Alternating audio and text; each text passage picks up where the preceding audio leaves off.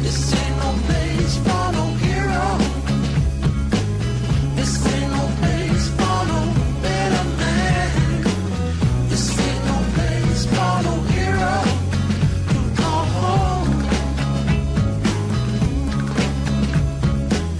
This ain't no place for. This is Larry Connors USA. Larry Connors USA. I told you previously this COVID relief bill is packed with pork. 9% maximum is actually going to go to help American citizens. And part of that spending includes something like $360 billion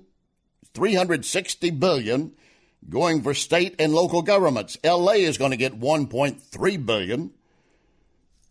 Well, I want to introduce to you Adam Michel, who's with the Heritage Foundation, focuses on tax policy, often quoted by numerous sources, New York Times, Wall Street Journal, U.S. News and World Report. Adam, first of all, welcome aboard.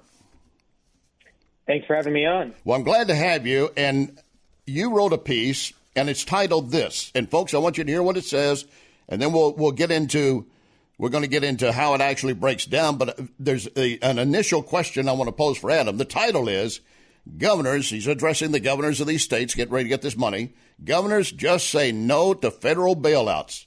Adam, I think you're speaking into the wind and the forest by yourself. Would you think they're going to hear that message? Well, I certainly hope they hear it, but you're right. The precedent is not on my side. The federal government has sent money to the states earlier in the pandemic. They sent it in 2009. They sent it again in the early 2000s. And each time the governors take this money, each of those times it has expanded state budgets to the point where they can no longer be funded by current tax revenue at the state level.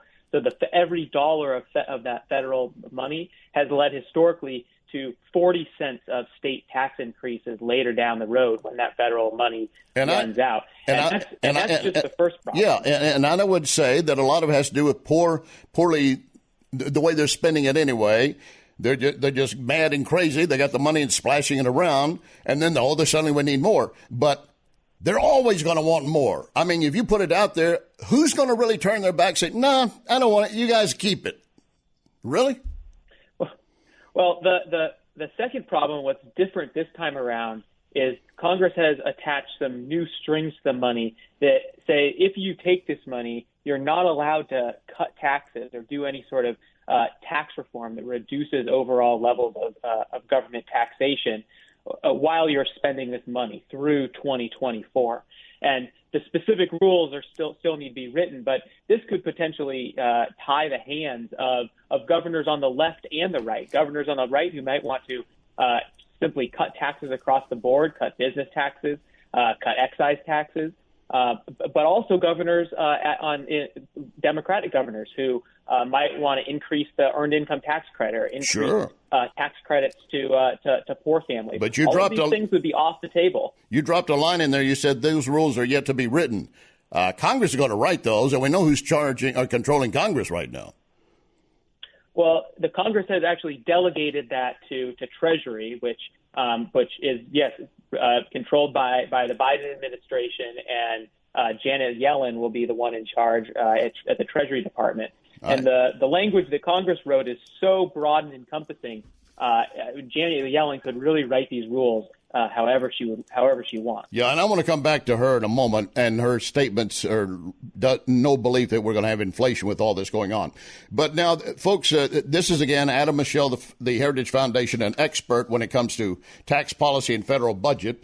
And the statement is clear. Governors just say no to federal bailouts. All right, we covered the possible reaction, but it's not just saying no. It's because they really don't need them in many cases, right? That's exactly right. There were these dire predictions coming into this crisis that states would have dramatic declines in revenue, but for a number of reasons, which were well known to folks at the Heritage Foundation and other conservatives sort of trying to explain this to people is that 23 states have actually experienced increases in revenue compared to 2019. And those states that have seen declines in revenue have only seen small declines in revenue that have been more than made up for by the aid that has already been sent to the states, in addition to rainy day funds and other reforms at the state level. This new relief money that's being sent, the $360 billion of new money, is 116 times the revenue loss that the average state has seen over the last year. And you said so this money is. And you said 23 of them have actually experienced increases compared to 2019. Does that include California and New York?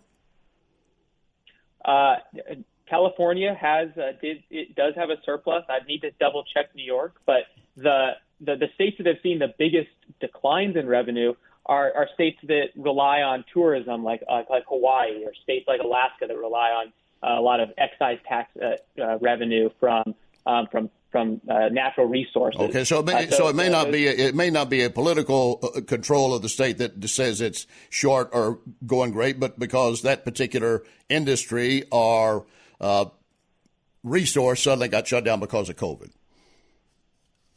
Correct. That's one margin. There's certainly there's a correlation between states that have higher unemployment rates and have shut down more harshly that are suffering on other margins. But by and large, most states on the revenue margin are doing quite well. And a big part of that is because the federal government has sent stimulus checks to people that are spending them, and that's turning into sales tax revenue. A lot of states tax unemployment benefits, which helps buoy up the income tax revenue. So there's a lot of places where the sort of incentives push in different directions. I did read one report out of San Francisco that maybe you saw the same report, and I don't have it here in front of me, but basically the money they were going to get would basically cover the deficit they were having, so they're going to be very happy to get it. And every state that does take it, as you said, if there are restrictions, depending on how it's written, as to if they can continue to raise taxes, I see them say, yeah, let's get another grab at some tax money. They're not ever going to walk away from this opportunity. You know, it's hard to walk away from quote unquote free money. This is right. This is the federal government just slowly doling out cash, and unfortunately, that's the incentive. Ultimately, this does mean that every person in the state is going to have to pay higher federal taxes to pay this all back. But in the meantime, it looks like free money, and that's the sort of root of the problem with our fiscal crisis. And to that point, I mean, you're right. It's not really free. It's going to be. I said to the audience the other day when they passed, and I'm calling it already $2 trillion. 1.9 trillion baloney. You might as well say 2 trillion. What difference does it make on that 0.1? But I said you need to call 911. You're being robbed. Your children are being robbed. Your grandchildren are being robbed down the road. That's exactly right. I mean, they're not. This isn't. They're not piling debt on the current generation. They're piling debt at this point on future generations down the road, and that's what's really scary. It's not just $2 trillion. This is just the latest package we're talking about. They're close to $6 trillion of additional spending just for this crisis, and a large portion of that is not well targeted. It's not directed at the actual health crisis. It's simply just a political opportunity to expand arts and institutes,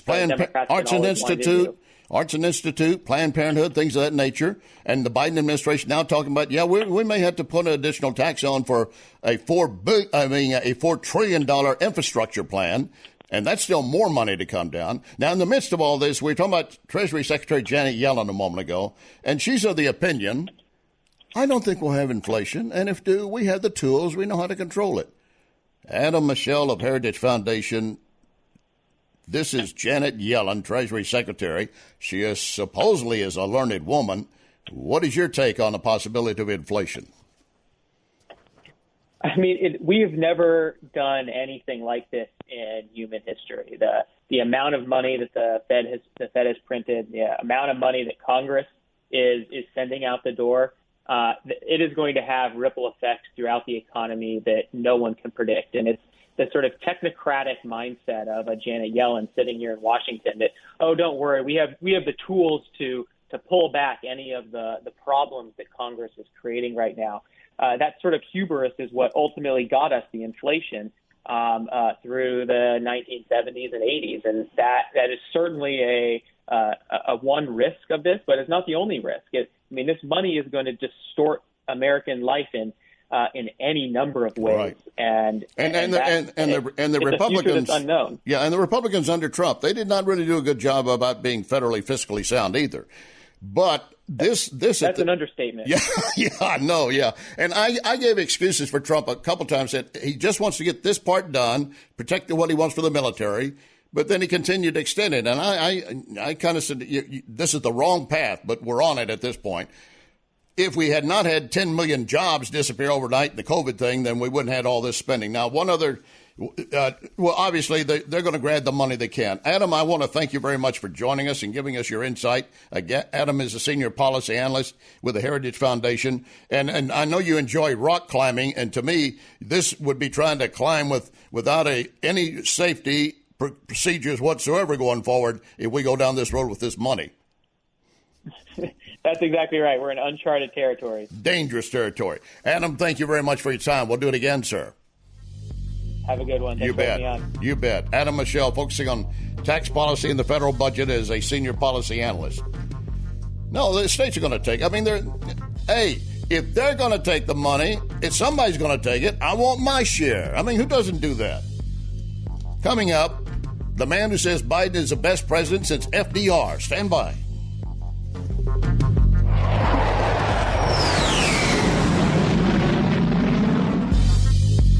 You can connect with Larry on Twitter @LarryConnorsUSA.